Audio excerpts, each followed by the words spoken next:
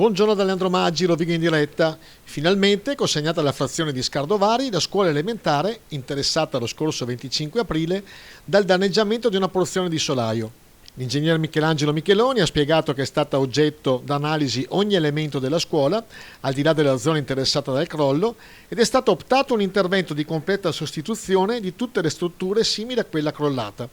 Quindi si parla di 300 metri quadri di copertura. Una soluzione quindi definitiva perché ha eliminato le criticità rilevate e sono stati compiuti anche piccoli interventi per mettere a norma l'edificio. È stata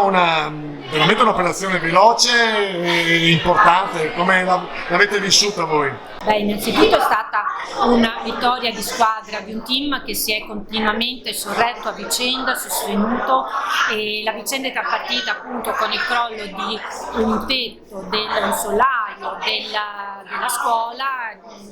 senza alcuna ripercussione, proprio perché era al di fuori dell'orario scolastico, era nel weekend tra il 23 e il 25 aprile. Immediatamente sono state attivate tutte le procedure per la messa in sicurezza, per la perizia, per la verifica di tutti gli edifici. Immediatamente poi sono partiti i lavori. Ovvio che i disagi correlati allo spostamento dei bambini prima dalla scuola primaria alla scuola media di Portotolle, poi dalla scuola media di Scardovari alla scuola media di Portotolle sono stati tutti a carico del comune. Hanno incontrato anche l'appoggio delle famiglie, senza le quali non sarebbe stato possibile un evento del genere, e oggi festeggiamo la riapertura e la riappropriazione della scuola da parte di un territorio che è vitale, che ne ha profondamente bisogno, perché laddove c'è la scuola c'è cultura e c'è la speranza per i nostri piccoli. Con il sindaco Pizzoli e l'assessore Bertaggia è un altro tassello delle cose che il vostro comune sta facendo in maniera veloce. Abbiamo sentito la preside che ha detto in maniera anche sinergica con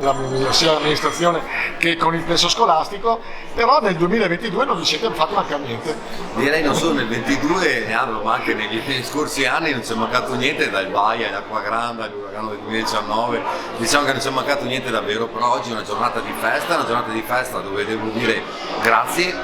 perché l'investimento è importante, sono 350.000 euro per riqualificare un plesso che tra l'altro è storico degli anni 30 e è l'entrata del paese in piazza, e quindi anche una valenza culturale non solo e sociale, non solo che scolastica, ma soprattutto un risultato di squadra, un risultato tra noi, la scuola, i genitori, i bambini, a cui va il nostro grazie, perché si sono sacrificati, si sono adoperati in questi mesi cercando anche soluzioni diverse, spostandosi anche con il pulmino, tutto però dando una risposta importante. Oggi, ripeto, è una giornata di festa, andiamo a dedicare anche il terzo scolastico a Linda Malandone, la ragazzina che è scomparsa prematuramente purtroppo poco tempo fa. Insieme alla famiglia abbiamo voluto dedicare il terzo scolastico a lei e a questa comunità che è così importante all'interno del nostro comune. È un importo importante però a carico del comune o attraverso vari finanziamenti? Sono 350.000 euro, 270.000 euro dell'avanzo di amministrazione libero, quindi da spesa di investimento, quindi totalmente riversato sulla scuola di Scardovari, e 80.000 euro che abbiamo recuperato tra tagli di capitoli sempre del nostro bilancio con una variazione che abbiamo effettuato ad ottobre, quindi sono totalmente a carico dell'amministrazione comunale. Assessore Bertaggia, siamo a Scardovari, avete inaugurato poco tempo fa anche il Museo della Pesca, quindi c'è un'attenzione particolare per tutte le frazioni del comune e in particolare a Scardovari, o sbaglio?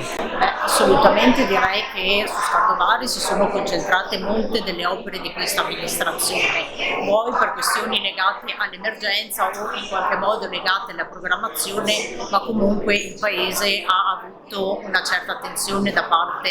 della nostra amministrazione. Quindi Leandro, tu ricordi il Museo della Pesca che è stato inaugurato a ridosso della chiusura dell'anno, ma numerose sono le attività che hanno impegnato l'amministrazione. Ricordo ad esempio il mercato ittico, dove sono in corso